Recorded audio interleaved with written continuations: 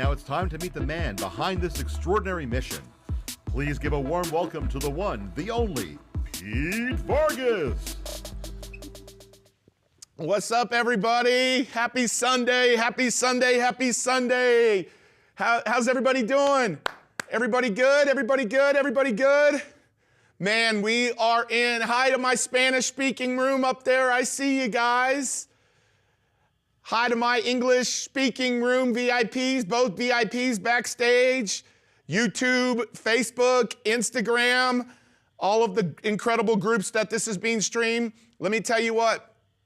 If today's your first day, you're in the right spot.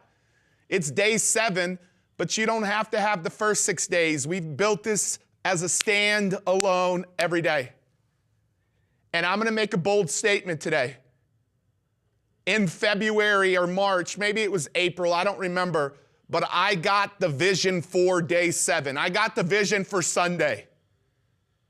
And I have to tell you, what's about to be taught today is something that's not being taught enough.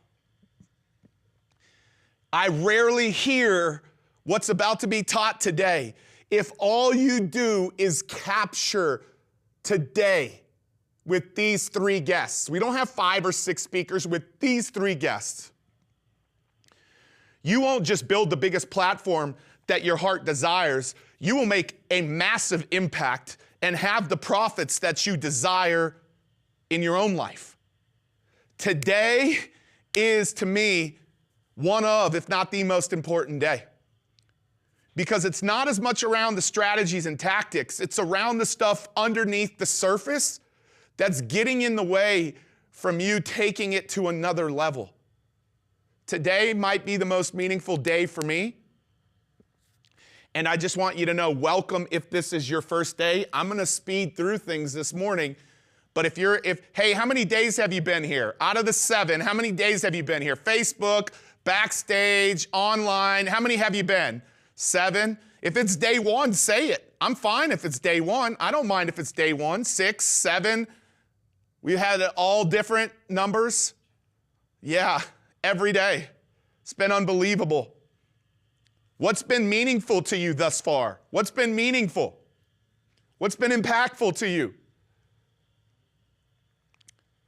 Well, to me, to understand how to build your platform and the strategies and tactics that it takes to build your platform, that's what day 1 through day 6 was about. But now day 7 and day 8, tomorrow, the bonus day, I've got a major surprise gift for everybody watching today. Everybody watching today.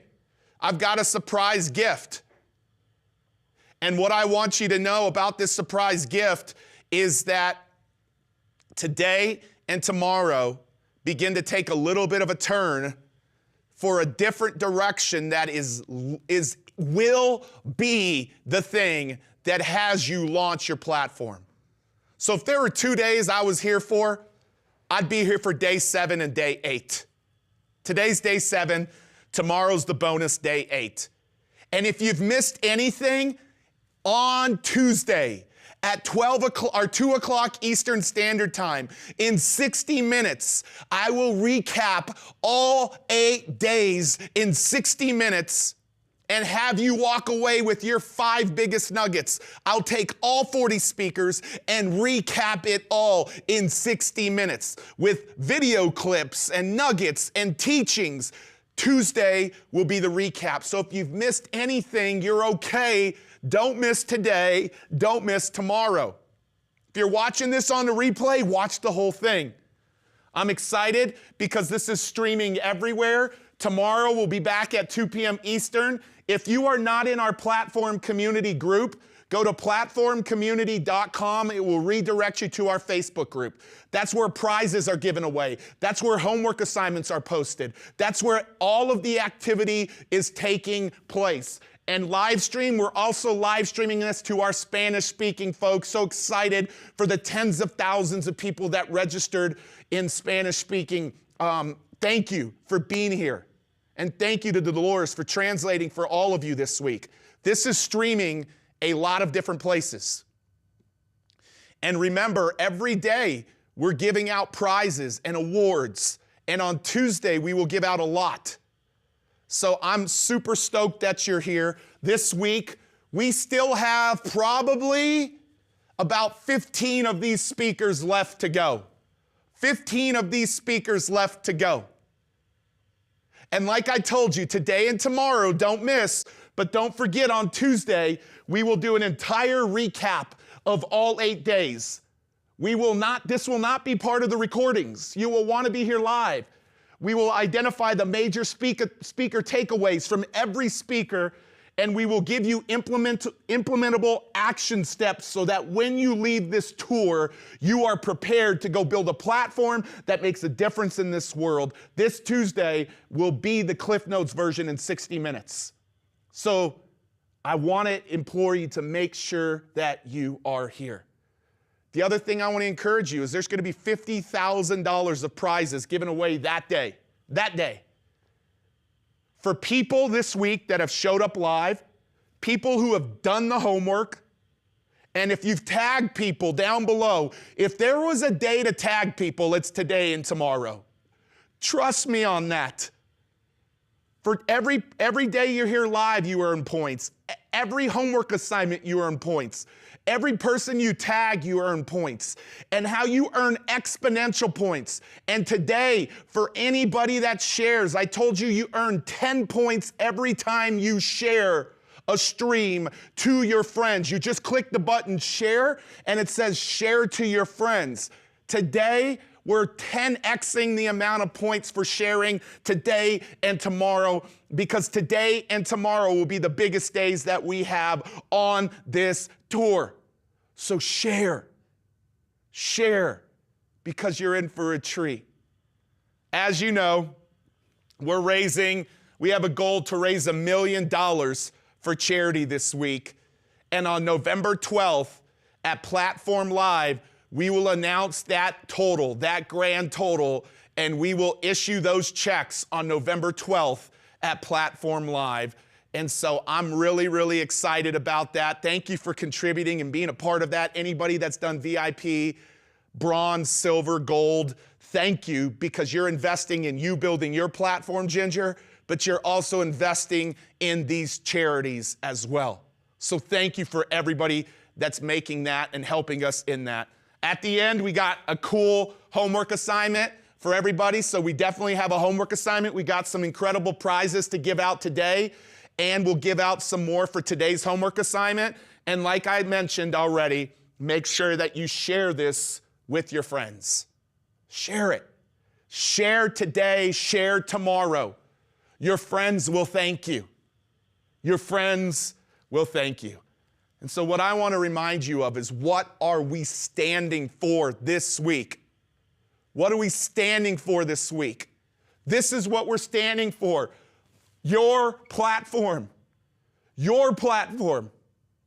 If your platform is helping people with their money, if it's helping people with their relationships, if it's helping people in their mindset, if it's helping them in their health, or their emotions, or their spirit, or their soul, or their business, or their sales, or their marketing, or their parenting, or overcoming adversity, or helping people today. I saw a story of a young man who got out of jail. His name was Justin Simmons, and he was helping other people be able to transition out of jail in a powerful way, because he didn't have that when he got out.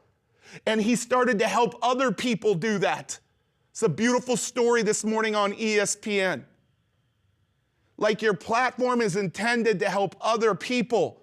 It's intended for you to take a stand around something. What are you taking a stand for? What are you fighting for? Drop that in the comments. Drop that in the comments down below. What are you taking a stand for? What is the message that you're fighting for? That's what this entire week has been about.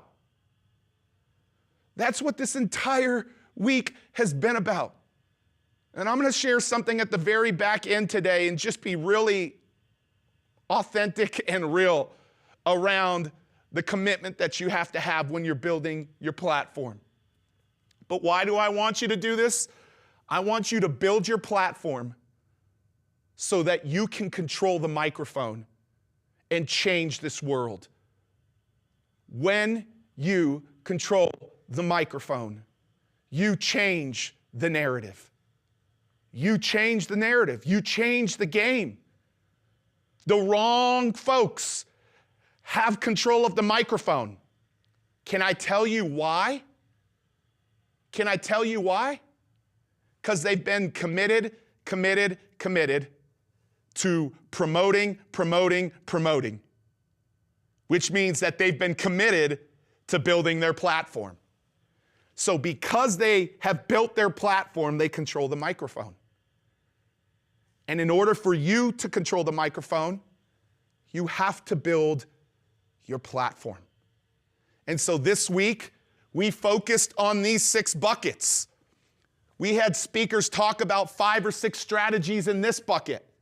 We had speakers talk about 5 or 6 strategies in this bucket, 5 or 6 in this bucket, in your products, in the stages 5 or 6, in the revenues 5 or 6 times, and in the scale bucket 5 or 6 times.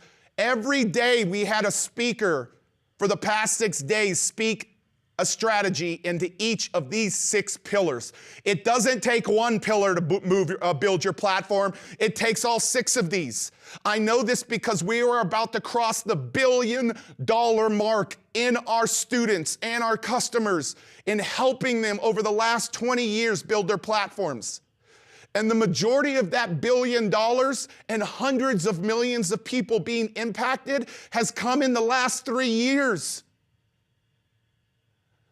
The first 17 years was a preparation and a playground for me to figure it out so you don't have to figure it out, so you can avoid the hard knocks and all of the pains that I went through in those 17 years. The bulk of the $1 billion and the hundreds of millions of people who've been impacted have come in the last 3 years for us. And it's no irony that in those last 3 years, we've been one of the fastest growing companies, Inc. 5000 fastest growing companies in the United States the last 3 years, cracking into the hundreds last year. Why? Because we understand how to do this. You've heard speaker after speaker after speaker say, this is the guy. No, this is the company. This company, Advance Your Reach, is committed to helping you build your platform so you can make a difference in this world. 70 to 80% of the speakers are customers or partners of ours. So this last week, I hope it doesn't go in vain because it literally is pulling back the curtain. And if you missed any of it, don't forget Tuesday, we will go deeper into it. Tuesday, we will recap it all in 60 minutes. I will literally go through the 5 nuggets here, the 6 nuggets here, the 5 or 6 here, the 5 or 6 here, 5 or 6 here, 5 or 6 here, 5 or 6 here, that all of our speakers communicated with some soundbite videos of those speakers. And in 60 minutes, I will cover all 6 of these, about 10 minutes per pillar. But today and tomorrow, we begin to focus on you and the things that have to get clear in your heart and your mind. You will look back and you will say Sunday and Monday were 2 of the most profound days that I've ever experienced in any virtual event ever. And so that's what we're going to be focusing on. That's what we're going to be focusing on. So today, check this out. Today, if you can wrap your brain around these 3 Ps, you see, these aren't 3 Ps that people talk about. Most personal development folks don't talk about this. They want you to understand sales and marketing and product creation and all of that. But I was reminded last night from my wife of what has allowed us to build our platform. And when our platform is chiming and in alignment and we feel the blessings of God on it, it's because I'm staying true to these 3 Ps today. These 3 Ps today, helping you understand the most important strategy is loving your people. Making sure that you're passionate about something and others. Making sure you're passionate about the problem you want to solve. I'm passionate about building your platforms because if I have 1 million of us out there building our platforms, there's 1 million of us that will be impacting 1 billion people through our platforms. I'm passionate about it because of the change that can come from it. I'm passionate about you because of what you have done for my mind, my heart, my health, my finances, my family. Yeah, I can tell you people who've impacted all of those. That's why I'm so passionate about you. And this third P is purpose. It's purpose. The people who will build the most lasting platforms are people that have a greater purpose than themselves. The social media age to build a platform for ego and likes and because I want to be a celebrity, like, just real talk. Like, that's the reason why the Pauls build their platform or all these people online build their platform. It's all about them. They don't really care about the person on the other end. They care about themselves. They care about their platforms. And let me tell you what, that's temporary. And if you go behind the curtain of a lot of that type of people, they're miserable. They're miserable behind the scenes because it's nothing brings you closer and makes you feel more powerful than when you're serving somebody else. Nothing brings self-love and purpose greater than when you're serving somebody else. And by the way, I'm not talking about you have to serve someone and it not benefit you. Listen, I want this to create impact in the world. The more you create impact in the world, the more you'll have all that you need. Zig Ziglar said, you help enough people get what they want, you'll always have what you want. Thank you, Daniel Moskowitz, for giving me that quote as a reminder on my desk every single day. Help enough people get what they want, you'll always have what you want. So today, these are the 3 words.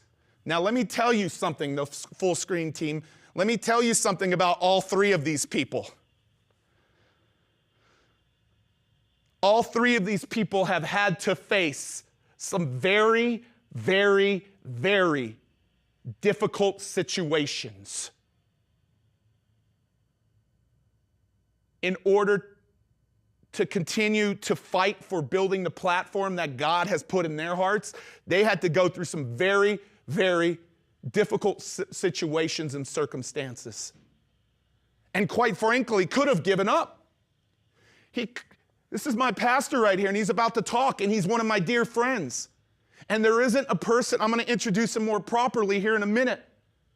But our church here in town went through 2 major things, including a shooting on campus that killed people.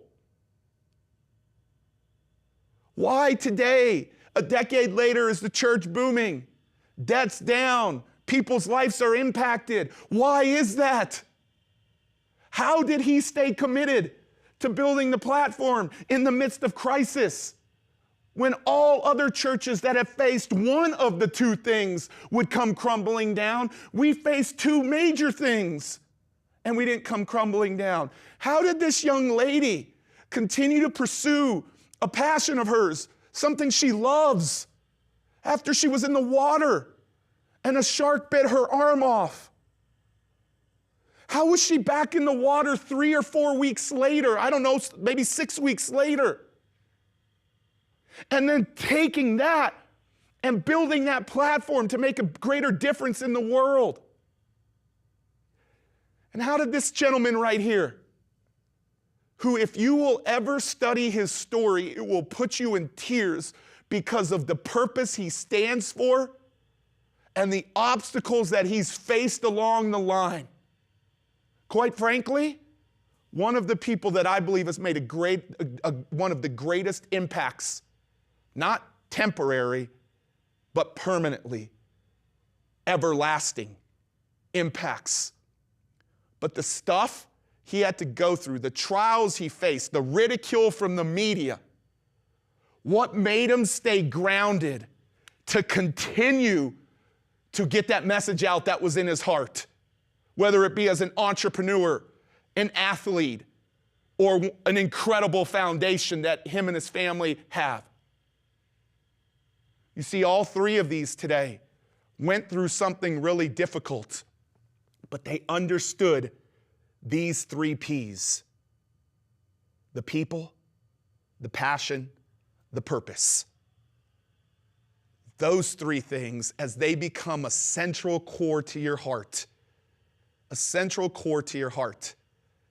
you will build the platform and the profit will come in. Our first speaker today I want to bring on is, I got this download and I was hearing him on stage speak. And I'm looking at my church, which is right up the road, 10 miles right up the road, that went through 2 major things. One in the media, a massive scandal in the media, and a massive shooting that took place at our church. And the church shouldn't be there today. But today the church is booming. There's more people. The debt of our church has gone down from 30 million to under 10 million in the last 10 years. And I started asking myself the question, what is the most important thing to understand in building a platform? And it got clear to me that it's all about the people and it's all about loving people. And then I asked myself the question, who in my life loves people more than anybody else that I've had an experience of? And I wrote a list of 5 to 10 people. But the clear person who loved people in my life, that I experienced loving people greater than anybody else that I've ever experienced in my life, was this first man that you're going to hear from today. And he's going to help you understand the importance of loving the people you are called to serve. Would y'all give an incredible platform tour welcome to my good friend and my pastor, Mr. Daniel Grothe. Pete Vargas, I cannot tell you how much I love you. I've known Pete 20 years now, a little over 20 years. And first off, just to be here on the platform tour is an unbelievable honor. I mean, what an embarrassment of riches with speakers, Floyd and Emmett and Sarah Blakely and Tim Tebow later and Bethany later. Just to be here is an incredible honor. And I think only Pete Vargas could have gathered a crew like this. I've watched Pete for over 20 years. There's a special gift on his life to bring people together. So Pete, I bless you. I've been in hospital rooms and living rooms and done child dedications and baptisms and funerals, all the stuff of life. I've lived it with Pete Vargas, and I love him as one of my dearest friends on the planet. So Pete, thanks for having me here today. If you're on this call, my assumption, what I know about you without knowing you, is that if you're on this call, it's because you care. It's because you're invested, you're in the game, you're on your front foot. You're not passively waiting for life to come to you. You're not sitting back, you're leaning forward, you're on the edge of your seat. You're reading, you're asking good questions, you're paying attention. If you're on this call, it's because you care, you're a student of life. You care about how it goes. You're a student of your craft. And you're paying attention. You want to grow and you want to get better. And if you're on this call, it's because you want to make an investment in the world and see life thrive. So if you're here, you want to get better, but you're also here because you know you need wisdom. If you're on this call, it's actually an inherent sign of humility, that you want to grow, that you want to open yourself up, that you're willing to be a student, and you know you need wisdom. And I'm a pastor. I would never beat anyone over the head with the scriptures. You know, just trust me on that. But if you know that I'm a pastor, you're going to know that I care about the scriptures. And in the ancient Hebrew text, the Old Testament story, there's this section known as wisdom literature. You've got old King Solomon, the wise old king who is known as the wisest man on the earth at the time. He's writing down, he's paying attention to life, he's telling us how life works. And so in the Old Testament, there's a story that Solomon puts in front of us. And we know that he was wise. We know that he had abundant crops. He was the wealthiest man on the planet at his time. He had bustling herds of livestock, and he was building a kingdom. Frankly, Solomon was the CEO par excellence. He's leading an economy. He's building a cabinet. He's subduing his enemies. He's doing all the difficult work of leading from the first chair. And some of you know what it is to sit in the first chair. Some of you know what it is to sign the front of the check, right? The people who work for us are the ones who sign the back of the check. And it's nice to sign the back of the check. You lay in bed at night knowing that someone else is thinking about this more than you are thinking about this. But for those on this call who know what it is to sign the front of the check, it's a different way of living. So Solomon's living a life where he's signing the front of the check. He's the CEO of the people of God. He's building a kingdom. He's leading an economy. He's leading a nation. He's leading an army. And Solomon says to us one thing that I want to put in front of you today. It's found in his wisdom literature known as Proverbs. The book of Proverbs, chapter 11, verse 25. I want you to get this in your soul. I want you to get this in your psyche. I want this to sear itself into your subconscious. Solomon says in Proverbs 11:25, a generous person will prosper, and the one who refreshes others will be refreshed. Let me say it again. A generous person will prosper, and the one who refreshes others will be refreshed. Proverbs 11:25. All of you are leaders, you're entrepreneurs, you're investors, you're budding world changers. And the question that you're asking as you live is, how do I change the world? How do I make a difference? How do I, like Pete? Pete jumps out of bed in the morning with more purpose than any human being I've ever met. Pete has a motor that goes, and he's got another gear that I've never seen before. And it's because he has a purpose. He jumps out of bed in the morning because he knows what God made him for, and he's put all his chips on the table to do that work. If you're on this call, you're asking, how do I make a difference, and how do I change the world? And sometimes we're asking the question, how do I gain a competitive advantage? How do I build a platform? How do I make a mark? How do I go for it? And Solomon, he gives us the answer. Now, I want you to realize that we're living in a world that gives us two different options. All of us have two different options for how we choose to live. There are two different categories or two different, very different frameworks for how to make a difference in the world. Now, one framework has taglines like this. You got to get ahead of other people. It's a dog-eat-dog world out there. Nobody's going to give it to you, baby. And you got to climb the ladder, and you got to step on someone else's head, and I got to get mine, and I got to look out for number one. We all know that narrative. We all live in the world that says, if you're going to make it, it's going to be because someone else doesn't. If you want to win, someone else has to lose. If you want to get ahead, you've got to press someone else down. If you want to get out in front, you've got to leave people behind. That's one option. That's one framework that the world puts in front of us. But I'll suggest to you that that's a framework of scarcity. That's a framework that's rooted in fear. That's a framework that requires that you live looking over your shoulder. It's a framework that means you have to be suspicious of other people. You're not able to easily trust because someone might try to take advantage of me. And it's a framework where you're hedging your bets and you're trying to protect yourself and look out for number one. It's a framework that's rooted in scarcity. But there's another framework. It's the framework I want to suggest to you today. I want to put it in front of you today. It's a framework of abundance. It's a mindset. The world, there are options. It's a big world. God has been good. God is the provider. God is the creator. We don't live in a world of scarcity. We live in a world of abundance. And Solomon is recommending to us this framework of abundance. He's rebuking the framework of scarcity, and he's suggesting to us and putting in front of us the framework of abundance. And he says in Proverbs 11:25, the one who takes care of others will be blessed. The one who refreshes others will find themselves refreshed.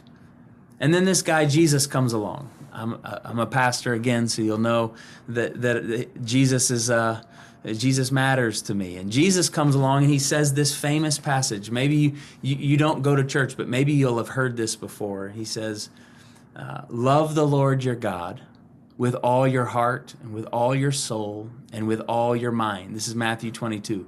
The disciples come to him, the crowds come to him, and they say, teacher, which is the greatest commandment? Which is the greatest, what is the rule for living?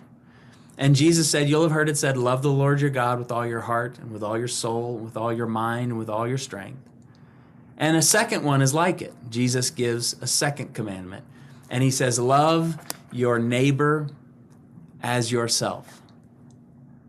Love your neighbor as yourself. Bethany is going to talk about passion here, and she's lived that life, and it's going to be an incredible story. She's already logged on here. You're about to hear from Bethany, a story of passion. Tim is going to share a story of purpose, and nobody can live that out like Tim. But today I'm here to talk to you about people. Jesus says, love the Lord your God. That's the rule for life. And love your neighbor as yourself. Love your neighbor as yourself. It's unbelievable to me that Jesus would say something so absolutely countercultural. We live in a world that says, love yourself at risk of others. Love yourself, build up number one, and make sure you are okay even if other people are left in the dust. But Jesus is the one who says, no, your neighbor, the people around you, the people at your work, the people that you don't even like, the Samaritans, all the people that annoy you and bother you and their idiosyncrasies that get under your skin. Jesus says those people, love them as yourself. The way that you care for yourself, care for them. The way that you prioritize yourself, prioritize them. The way that you want people to take care of you, spend your life taking care of others just that way. He who refreshes others, or she who refreshes others, will be refreshed. We're here today talking about building platforms and how to make a difference in the world. And, one of the ways, the primary way to build a platform is to love people. And Pete Vargas, as I said, I've never met, he's a force of nature. He's one of my dearest friends, and he's a force of nature. I've never seen anyone like him. And I'm confident one of the reasons that God has blessed Pete and made him and Kim, his bride, so successful is because they have spent decades serving other people's stories. Think about it. I mean, the great irony. If I'm going to serve, the system of scarcity says you can't serve other people's story, because if you're spending your time on their story, who's going to spend time on your story? If you're building someone else's platform, who's going to build your platform? You'll be neglecting what you should be doing. So don't take care of others, take care of yourself. And I'm here to tell you, Pete Vargas is case in point that this is true.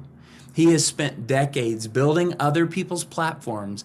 And what you've seen is the Lord take that and bless it and honor it and build Pete's platform. There's something about giving yourself away, and it changes the atmosphere. Living in a world of abundance and rebuking that scarcity mindset. Now, Pete told you a bit about our story at New Life Church in Colorado Springs. I've been at New Life coming up on 17 years.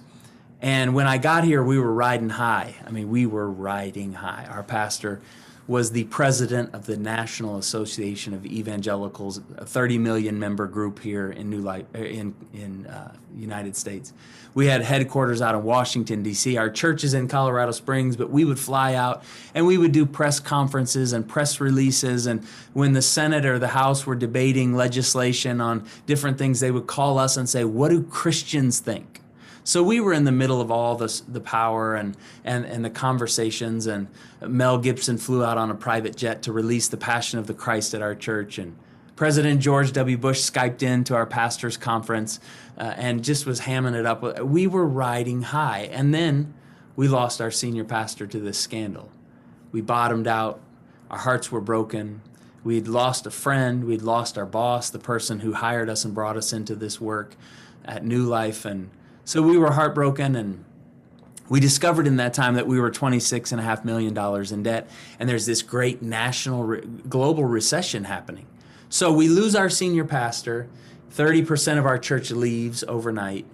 We are in $26.5 million debt, and then 2008 happens, a global recession, and we had to fire 44 staff members overnight. I mean, it was absolutely, it was just madness. It was crazy. We were heartbroken. Then we got a new senior pastor 10 months later, and our new senior pastor moved from Dallas and was coming in, and we were getting settled, and he was helping restore trust, and we were starting to feel the wind shift to our backs and push us forward back into that life that we knew the Lord had for us. We were starting to get our strength back.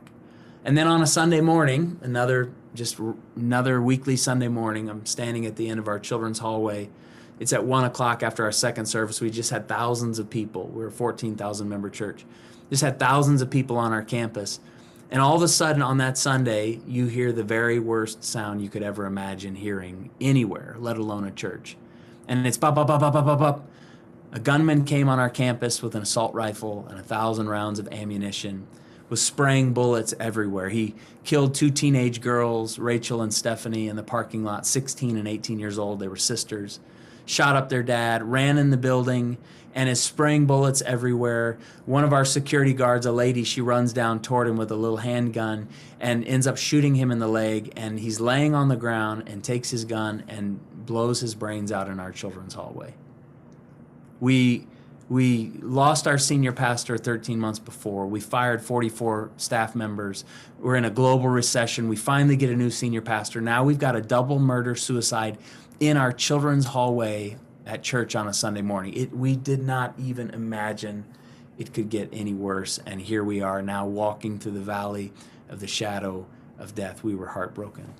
But our pastor went to a lunch with the mayor of our city, Colorado Springs, and some other city council members. And the city council, our pastor said, what are some of the needs in our city that we aren't aware of? What does the church need to know about that's happening in Colorado Springs? And so the mayor said, well, actually, we just had a report that came in that there are over 800 single moms and their children sleeping in cars at night at parks all around our city. So these are the working poor. These are not the indigent homeless. These aren't the people. These are people who are trying, they're working, but they're underpaid and they can't afford. They've been gentrified out of their apartments. And these moms, if they tell the city that, I don't have a house, foster care will come in and take their kids. What would you do? You would do exactly what they do. Go pull in under the cover of darkness. You're going to keep your babies and you're going to sleep in the car at night and just figure out how to keep going. So the mayor and the city council members told our pastor that there are 800 single moms and their kids sleeping in cars at night, every night in our county. And our pastor was heartbroken. He said, no, that is never going to be okay with me. He comes back, he talks to our elders, and he says, I know we can't change the whole story. We can't in a day take care of all 800 and get them affordable housing, but we've got to do something. And so our pastor and our elders, I'm one of the elders, the crew started to pray and say, Lord, help us to make a dent in taking care of these homeless single moms with their kids sleeping in cars at night. We found an apartment complex down in the most economically depressed part of our city. It was an asbestos-filled crack house, and it had been condemned. I mean, it was just on the verge. And we found it, and my pastor and our elders, we felt like the Lord was saying to buy that. Now, Pete told you earlier, tens of millions of dollars of debt. We'd just lost our senior pastor. We'd had a double murder-suicide. We'd fired 44 people, but we knew the Lord was putting this apartment complex in front of us, and we knew he told us to take care of these single moms that are homeless with their kids, get them a home. And so we started pursuing this apartment complex. Well, people in our congregation, outside counsel, even legal counsel, many of them said, you can't do this. You can't spend money right now on an apartment complex. You can't take on, no, financially, it doesn't make sense. Why don't you take care of your own house? Why don't you take care of your own church? Why don't you make sure number one is all right? And we knew by the Spirit of the Lord that the Lord was saying, no, start by taking care of other people first. So we took the risk. We told our church about it. People gave, we raised the funds, we bought that apartment complex, we took it down to the studs, we renovated it, and it's the most beautiful apartment complex you could ever imagine, with a park, a playground. All 18 units are filled. We just bought other units this last year. We bought 8 other units. Those are completely filled. And we're seeing these young moms and their kids come off the streets and out of their cars, and they're sleeping in a safe place, many of them for the first time in years. They're getting education. One of the moms just graduated from nursing school. Because she could live for free in our housing, she went and enrolled in the local college, just graduated nursing school, and she and her 3 kids are living in their own apartment that she's paying for every month. She's crushing it now. Her life has been changed. And it goes back to a word from the Lord that said, look, if you will take care of others, I will take care of you. If you will spend your life serving other people, I will serve you. And one of the great litmus tests for me of someone's character is how generous they are with people who can never do anything in return. None of these moms will ever pay us back or be able to, and that we don't even need that. We would never ask for that. But a great leader, someone who has figured out what life is about, is someone who's learned how to leverage all of their strength, how to leverage all of their power to serve people who have no power. Someone who knows how to use their voice for other people who have no voice. Someone who knows how to leverage their resources for someone who's completely unresourced or under-resourced. And Solomon, the great king of Israel, says, whoever refreshes others will be refreshed. And Jesus says, yes, love God with all your heart, soul, mind, and strength, but love your neighbor as yourself. One more story. There's a really successful home builder in our church, and he's been developing for 35 years. And he's developed each part of our city as it's moved north. And he came to us a couple years ago and he said, look, I've got these projects going on, and one project, I know what it's going to net me, and I've been building toward it my entire career, and here I am, and I'm finally on the brink. I've purchased the property. I'm about to do the work. And he said, but I was in prayer the other day, and the Lord said to me, give the proceeds of this project to the poor. And so he came to us at the church and he said, I want to give this to the Dream Centers. I want to give this to Mary's Home. I want to take care of widows and orphans. I want to send this to people who are less resourced. And so he took this massive project that he had been building toward for decades, and it was finally right in front of him. And he took all the proceeds from that. He had other projects going and he'd paid his bills. He was fine. He took all the proceeds from this massive project and he gave it away. And I was talking to him after that. I said, how can you do that? Surely that had to have been scary. Surely that had to, keep you up at night, and you were, should I, Lord? And you were asking questions. And he said, I have just discovered this. And I want to say 3 things to you as we're getting ready to end. He said to me, you can never outgive God. He said, that would have been a great project for me, and I'd done all the work, and I could have put that in my account, and fine. No one would have been mad at me, but I knew the Lord had challenged me. And he said, the Lord has challenged me for 30 years to be generous. And he said, after 30 years of trusting the Lord with my resources, he said, I've learned this. You can never outgive God. And so he said, I gave that, and somehow, some way, the resources just keep showing back up. Other projects keep unfolding in front of me. God's blessing. You cannot outgive God. That's the first thing I want you to hear today. The second thing that I want you to hear today is that strength was meant for service, not for status. We live in a world that is drunk on building our own brands, our own identities. And there's nothing wrong with building a platform, but the question is, what is the platform for? Is it so that I can just go away and be okay? Is it so that my children can be fine? Is it so that we can circle up the wagons and just make sure as long as number one's thriving, no. Strength, God will give you strength. And you're entrepreneurs. You're going for it. You're leaders. You've run your 5-year pro formas. You've saved your money, and you're risking. But I want you to hear today that strength, the strength that is coming and that has come and that will come to you, Strength is meant for service, not for status. And so at every moment when you find yourself tempted to let your strength be solely about you, remember that God has given you that strength to serve, not so that you can have status. That's the second thing. One, you can't outgive God. Two, strength was meant for service, not for status.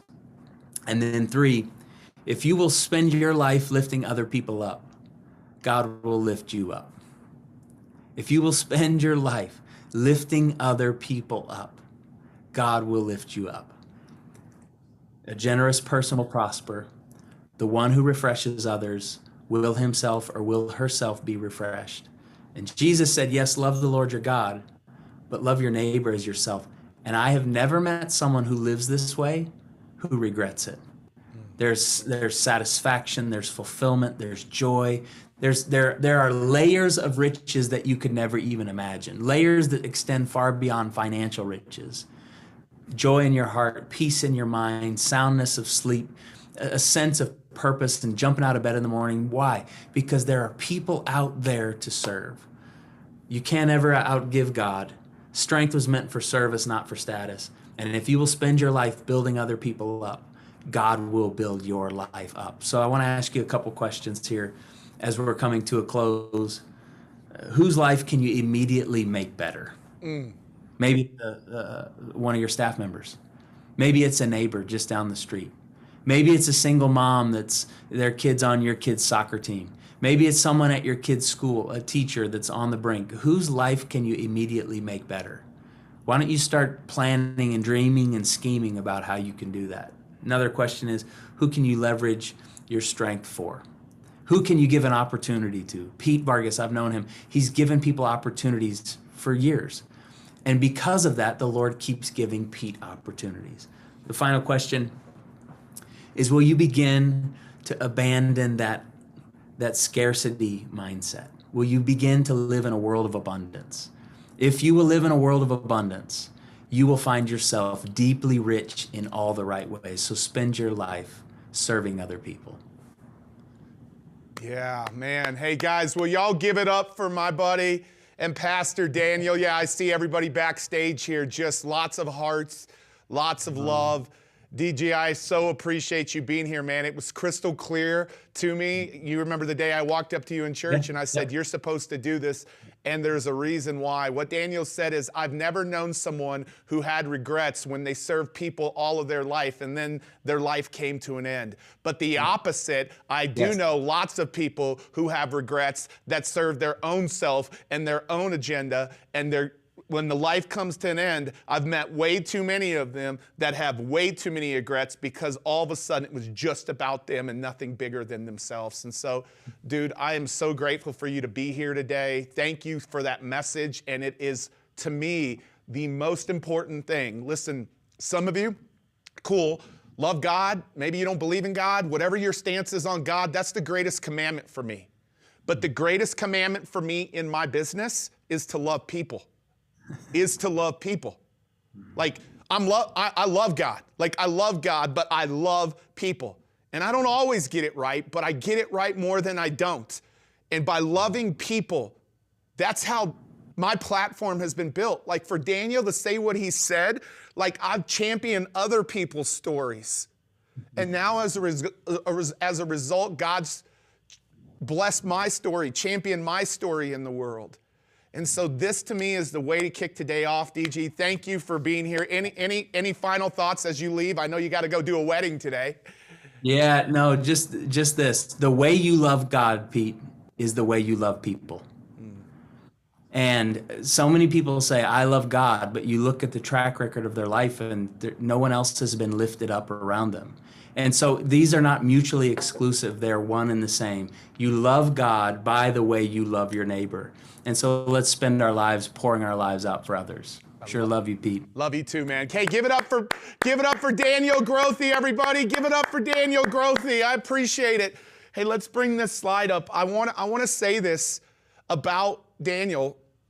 What he didn't tell you everything. Like, today, New Life is not just building places for single moms.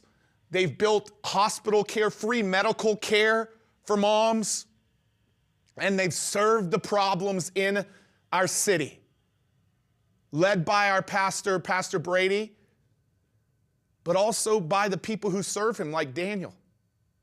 I have never been around Daniel where Daniel didn't know the person's name, the spouse's name, the kids' names, the pets' names.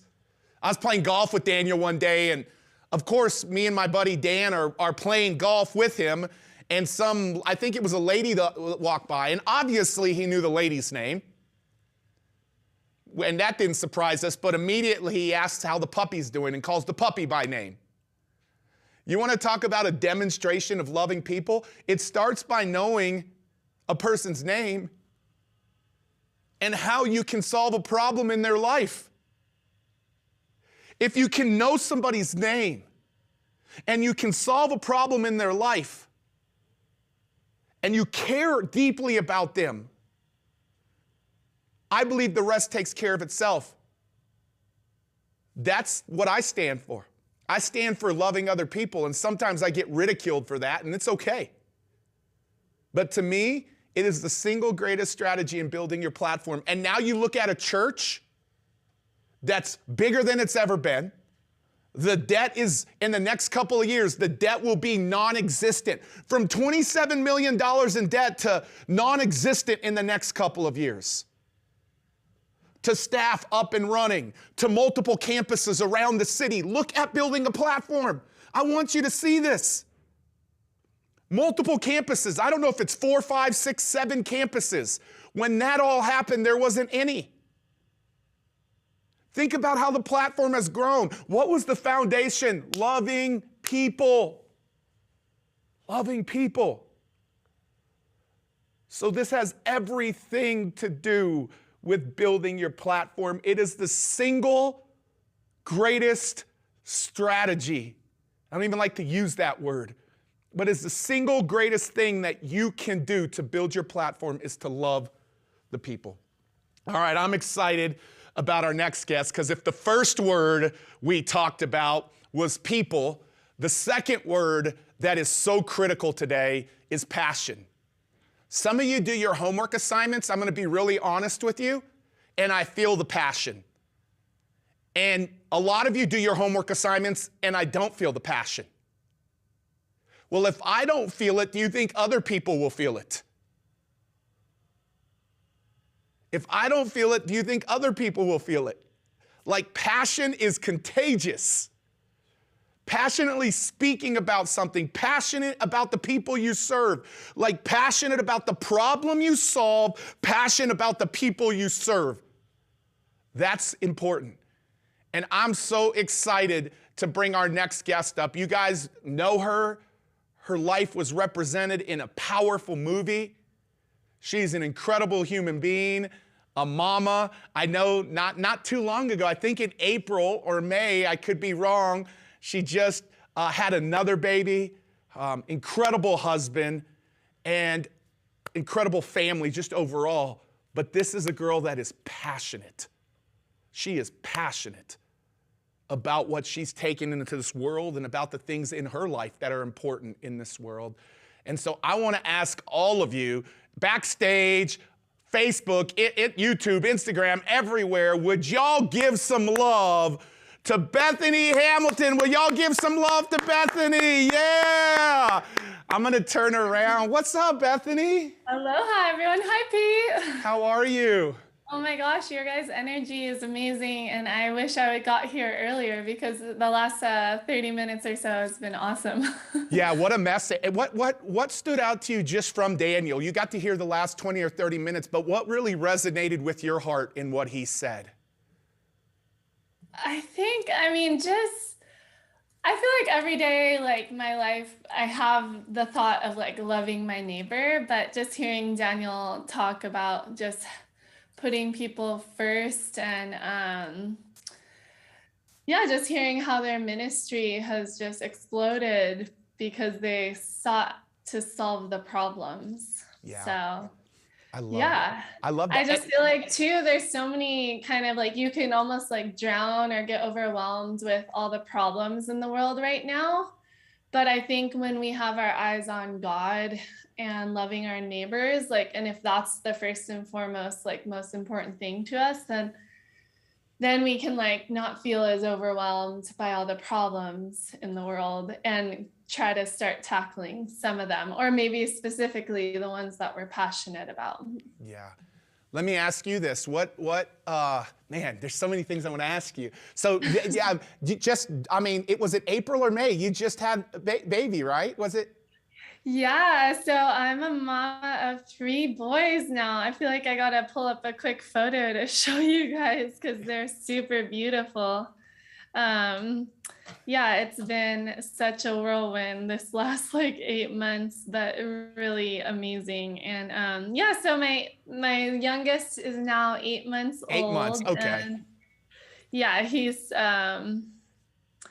sorry, I feel like I'm the proud mom. This isn't the best photo, but be the I'm proud the proud mom. I want to mom see that it. just wants to show them off, you know? Oh, that's awesome. Big boy. Yeah, my little one is a big chunker. I'm like, my arm is like dying holding him. Hey, so tell me, first off, it's amazing to me, like, just what are you passionate about right now in this world of like helping solve the problem? What's the thing that you're passionate about right now, Bethany? Oh man, well, I would just say I think there's a lot going on, and I'm sure a lot of people here today are just feeling like the weight of the world and just all the uncertainty and chaos. And I guess my passion, which I don't actually feel like I'm fully living it out in this moment today, but I'd say my passion is probably like helping young people, like teenagers or young adults, like believe in themselves, more importantly, believe in God, and just like combat kind of the cultural trends that can really leave them feeling empty and alone. And I just think there's so much need right now. And I also just say, like, more personally, like my boys, my family, my husband, and raising our boys in a beautiful way that helps them feel empowered and brave and eventually movers and shakers when they get older.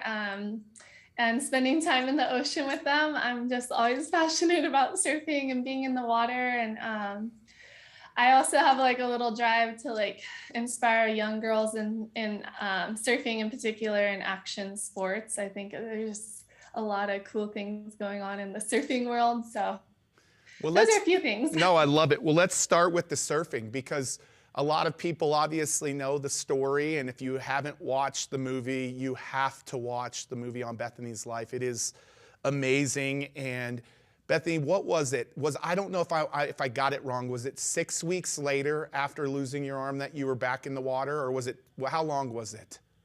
It was actually like 4 weeks and a couple days. 4 weeks.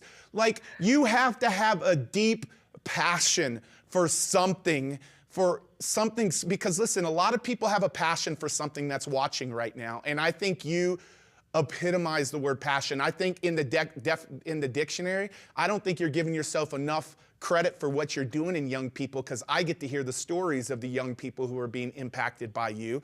So don't let any thoughts creep in on that. I know God has put a seed of progression for us to be able to do more, but you're doing such incredible things. And I look at the word passion, and your name would be by it. Like, how so many people out there will hit some roadblock, and no roadblock, like, even in comparison to the roadblock like you hit, and maybe there are some that hit a very difficult roadblock, but what would have you get back into the arena 4 weeks later that you could relate to everybody out there that's hitting roadblocks and hitting walls right now, Bethany? Oh, yeah, thank you. Yeah, if anyone here today is feeling like you just can't get back on your board, which I find it hard to have that feeling after hearing Daniel talking and Pete, it's just so energizing being here in your guys' presence. But if you're feeling like you can't get back on your board, so to say, and like that feeling of just kind of drag, or, I think after I lost my arm, my world felt upside down. I felt like this wasn't supposed to happen to me. I had a lot of fears and just doubts. I didn't know what my future held. But it was shortly, I think, like God provided that hint of hope, which would have came around eventually if not. But I just need a little hint of hope to like start believing in myself today again. And I got to have a conversation with a man by the name of Mike Coots. He's still a good friend today. And he shared with me that he was actually out surfing the morning he came to visit me. And he's like, hey, I think you can surf with one arm. Like, it's totally possible. And all I needed was like a little light bulb of like, you can. And I hope that you can leave today knowing that you can, whatever it is, getting back on your board, turning your fears into faith, turning your doubts into I can mindset, and taking what feels like I can't to like having that hope and being willing to try. And that's what I got. I got the hope that maybe I could do it, and I was willing to try. And not only that, I also had like a great sense of peace that God had me right where he wanted me to be. And that was kind of like instead of going down a dark path of depression or just hate or frustration, anger, which I must be honest, like my dad dealt with that a bit, but after he saw me coming around, he eventually like joined in. And, God says in this world, you will have trouble, but what is our hope in? Our hope can be in that Christ has already overcome all sin, death, evil, and that is a gift for us to forever to hope in. So I had hope beyond the fact that I could maybe surf. My hope was in God, and my rock was in my faith and in this life that, my parents managed to kind of like raise me up ready for the chaos that I was to face. And so, yeah, less than a month later, I was paddling back out, giving it a go. And once I stood up on my board and rode it all the way to the beach, I knew that there was going to be no turning back. And I didn't know how far I would be able to take it. So that's been a really awesome journey, just pursuing my passion to surf the best I can and push female surfing in particular in a lot of different arenas. And Pete mentioned my film. There's Soul Surfer, the Hollywood version, but you guys got to check out my documentary, Unstoppable. If you're feeling like a little like uncertain of yourself, go watch it. You'll get fired up. It's somewhere online. Just Google search it, But yeah, I'm stoked I got back out there, got back on my board, and I'm still surfing today as a mom of 3, and I love it. Kind of semi-pro, but I don't know where I'm going to take it in the next few years because there's a lot of passions in my line of fire, and I'm gonna try to hone in on a couple. Well, I think it's amazing that you could overcome something like that, and after a few weeks later, like I could maybe say a few years later. I think a lot of us will take a year off or a couple years off because we get hit by a brick wall.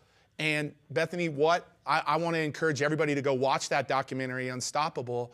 But what are those principles for you that help you become unstoppable? Because I want people to become unstoppable around the thing that they're passionate about in this world. And I believe that the greatest messages, the greatest stories, the greatest inventions, the greatest products, I believe the wealthiest place today in the world is the graveyard. Because people weren't able to, they gave up on it. They gave up on their dreams, their stories, their inventions, their products, their services, their passions because of hitting a brick wall. And I want people out there to be unstoppable when they leave here. So I want everybody to go watch it, but talk to us of what you feel makes a person unstoppable.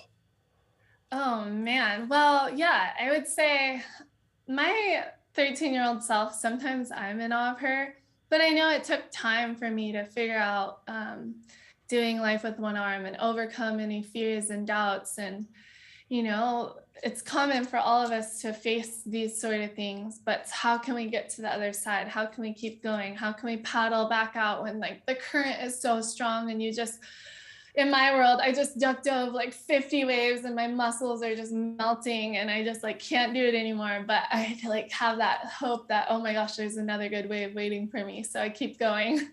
But for me, especially in my teenage years, it just started to become this life of adapting. Like I had to adapt. I had to figure out how to do things differently. It was like, yes, it was going to be hard. It wasn't going to be easy, but I knew that it was possible. And so I think one of the most propelling things that got me off my, back onto my board was just being grateful to be alive and appreciative. I really was just thankful that I still have more life to come, and I knew I could have died that day. And I think just the simple thing of being grateful, whatever it is on a daily basis, so that when times get hard or that like challenge is that much more like arduous, we're able to just hone in on what we're grateful for. I also just directed myself. I set out my goals ahead of me. I chose a healthy mindset. I even put boundaries protecting these goals and the direction that I wanted to go in. So in my teenage years, it looks different than it did now, but you can think of the typical problems teenagers face. I put boundaries protecting the things that were most important to me, and even things like directing our health so that we have the energy to charge and bless others. As we adapt, I also like the people I associated with, my community. I mean, the fact that you're here today with Pete and all his like-minded friends, you're associating yourself with people that you want to dream big with and be inspired by and push forward towards. I just think like for me, I was always seeking after like my tight-knit group of friends that believed in me too. I had my family, but I sought after coaches. I was willing to learn and be teachable and learn from my mistakes, grow, and kind of be honest with myself when I made a mistake, or, specifically in surfing, like the mistakes are pretty obvious when it comes to, maybe if you have a little failure or a little fall off your board, like you can kind of like pick on them and grow. So that's a few things. And just having a persevering mindset too. I wanted to share a quick verse with you guys. It's Proverbs 3:5, and well, this isn't actually about persevering, but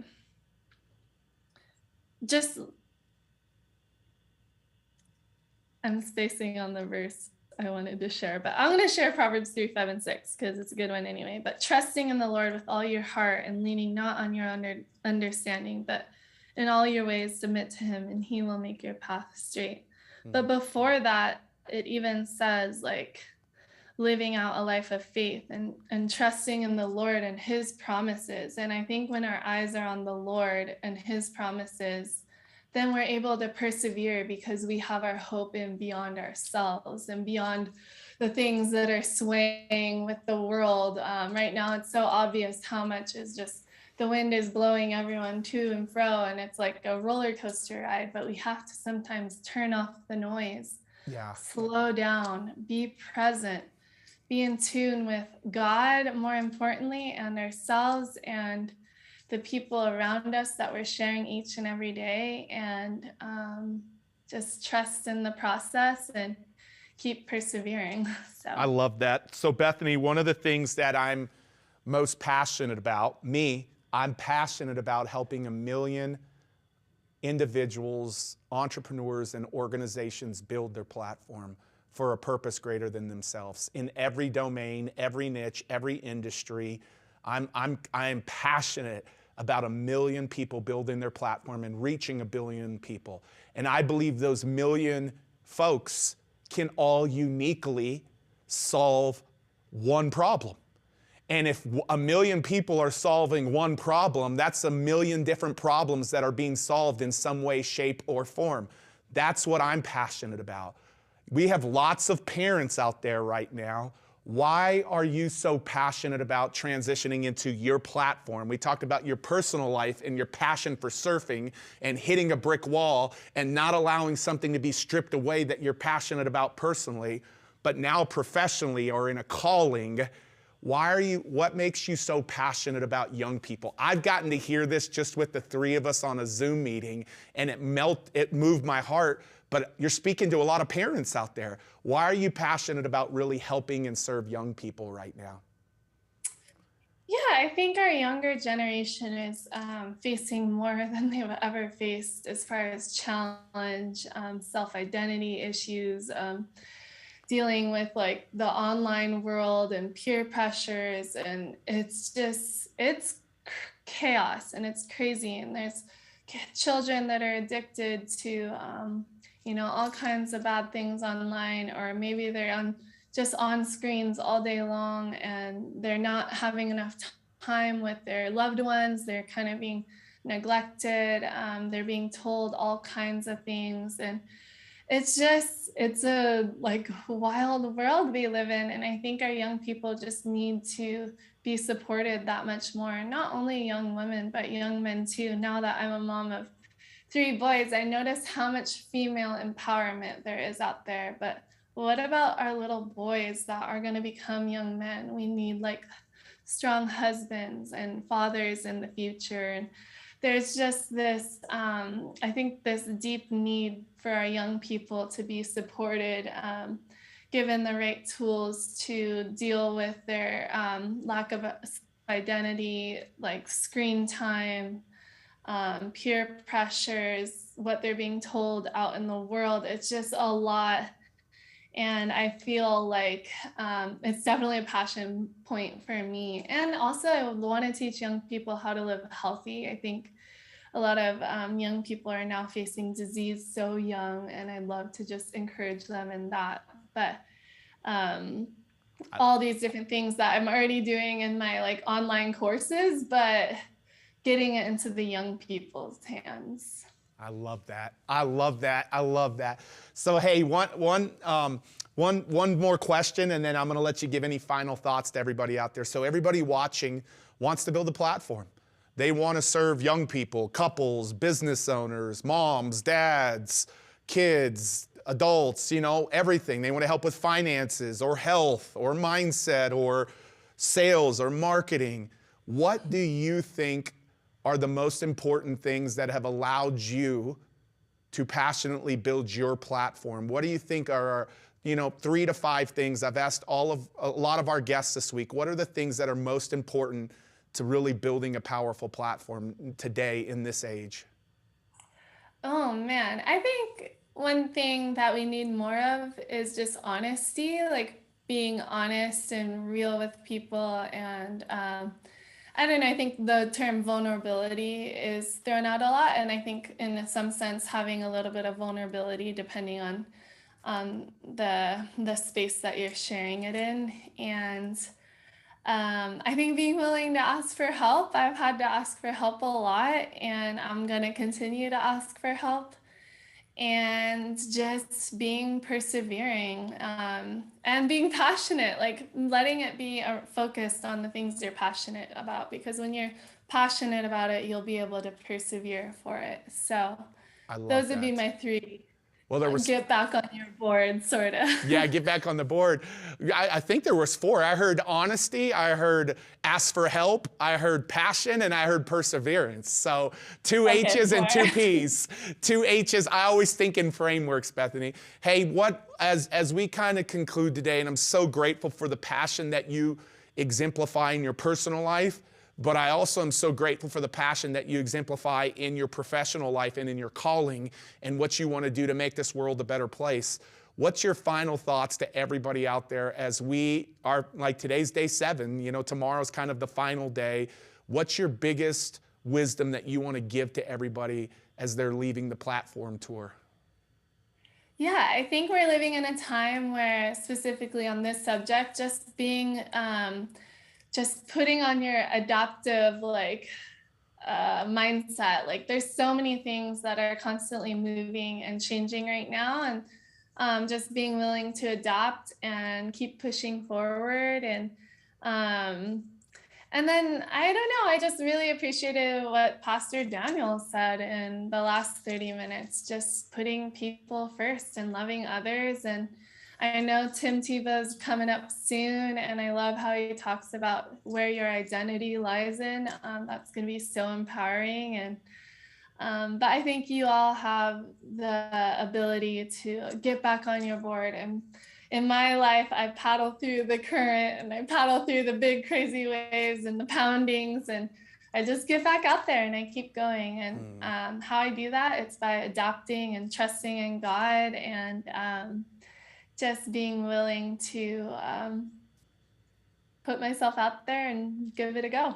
I love it. I love it. Bethany, thank you so much for being with us. I know you're probably ready to get into the ocean, and I'm jealous. So I'm going to get my wife, and we're going to come out there and hang with you guys sometime in Hawaii. So you can count on that. You need to go surf. Yes, I'll learn how to surf, but I'm so grateful for your passion that has been contagious to millions of people in this world, and that passion that has been contagious to everybody on the platform tour. So thank you so much. We're so grateful for you. Hey, everybody, will y'all give it up for Bethany Hamilton? Give it up, give it up, give it up. Yeah. I love it. I love it. Hey, listen, this is what I want to say, and I just want to say this before we move on. You hit roadblocks. You hit roadblocks when God puts something big in your heart and you want to go take it to the world. It's not going to be easy. But the more passionate and the more committed you can get to it, the more that you can actually meditate on what you are called to do. Listen, you heard Pastor Daniel talk about a shooting and a scandal at our church. This church is one of the most known churches for worship, and it should have shut it down. That brick wall should have just shut it down, and it would have shut most people down. But now it's a church making a great impact in the city. I woke up this morning and I saw my church on TV. I'm like, they weren't on TV 10 years ago. And they've got all of these things for moms and kids and all of this stuff around the town. They didn't let that obstacle of a scandal and a shooting on our campus stop the movement of building the platform to reach the city. Can you imagine having an arm taken from something you're passionate about, and step into the water 4 weeks later? But she did, and it came with resistance. There is resistance, and there's a spirit at play that wants to stop you from being able to get that message out there on a bigger scale. And there will be resistance. How do I know? This week, there's resistance. My prayer group, I pray with a group of entrepreneur men every single Monday. And they sent me a text this morning because they understand the roller coaster that it has been this week with technology. When you're streaming this to millions of people and tens of thousands of people register on the English side and tens of thousands on the Spanish side, and you're trying a lot of new things in the background to make sure that you can stream this, and it's a first-class experience for everybody. And then opening day, you're 19 minutes late, and you lose thousands of people because of a tech issue. And I can't tell you all of that. I can't tell you everything that's happened this week, but it's been a roller coaster. But what do? You stop for a moment and you say, I'm not going to let that resistance prohibit what God wants to do this week. I'm not going to allow that to impact everybody. So what do? I call my team and I say, I know there's thousands of VIPs that have invested $67 to be backstage with us and give to the charities that we're giving to. I said, they made an investment this week. My heart hurts for everybody. I said, here's what we're going to do. Last year, We had John Maxwell and Jeremy Camp and Lecrae and so many other great speakers. I said, last year we sold this bundle for $997 and it all went back to charity. I said, everybody that signed up for the platform tour, whether they've made an investment or not, I want you to deploy an email today and you gift that $997 gift to everybody. And if they have it already, they can gift it to somebody else. Team said, got it, Pete. And I said, you get everybody on our team. And every single VIPs, did y'all get a phone call from us this week? Did y'all get a phone call from us this week? Every single VIP that we had their phone number, we picked up the phone and we apologized. You see the chat lighting up right now. Well, we must have not had your number, but not all of you put your numbers, but 80% of the VIPs put their numbers. Every single one of them got a phone call from us and an additional gift from us on top of what we did for everybody else. Do you know what hitting that brick wall on Monday, plus I could tell you plenty of other stuff that has almost made this not a possibility, which would have impacted me, but it would have had an impact on the tens of thousands of people that registered to be a part of this week? If I would have just been like this, forget this. Like resistance comes. There's a spirit. Our fight is not against people. We're called to love people. The greatest strategy for building your platform is loving people passionately. We're called to love people. Our fight is not against people. Our fight is against the spirit of resistance and the spirit of a darkness that wants to prohibit us from getting our message out to the world and making an impact in the lives of people. And it happened on opening day. But we had to adapt and we had to figure out how to make things right. And that's where we're at today. In about 3 or 4 minutes, I'm bringing our next guest up. And listen, just like we did a couple of times this week, this is only going to be streaming in the platform community group of people who've registered and our VIPs. So if you're watching this on Instagram, you're watching this on YouTube, you're watching this in one of the dozen speakers groups that the speakers are streaming it into their groups, you need to go to platformcommunity.com. Go to platformcommunity.com. That will redirect you into the event page for this group. I'm telling you, you're not going to want to miss this next person. Every person that I prepared for this week, Emmitt Smith, Floyd Mayweather, Sarah Blakely, Grant Cardone, Damon John, as I prepared the Q&A time, none of them had me crying downstairs at my desk. This one did. It could be the most profound thing that all of you hear this week.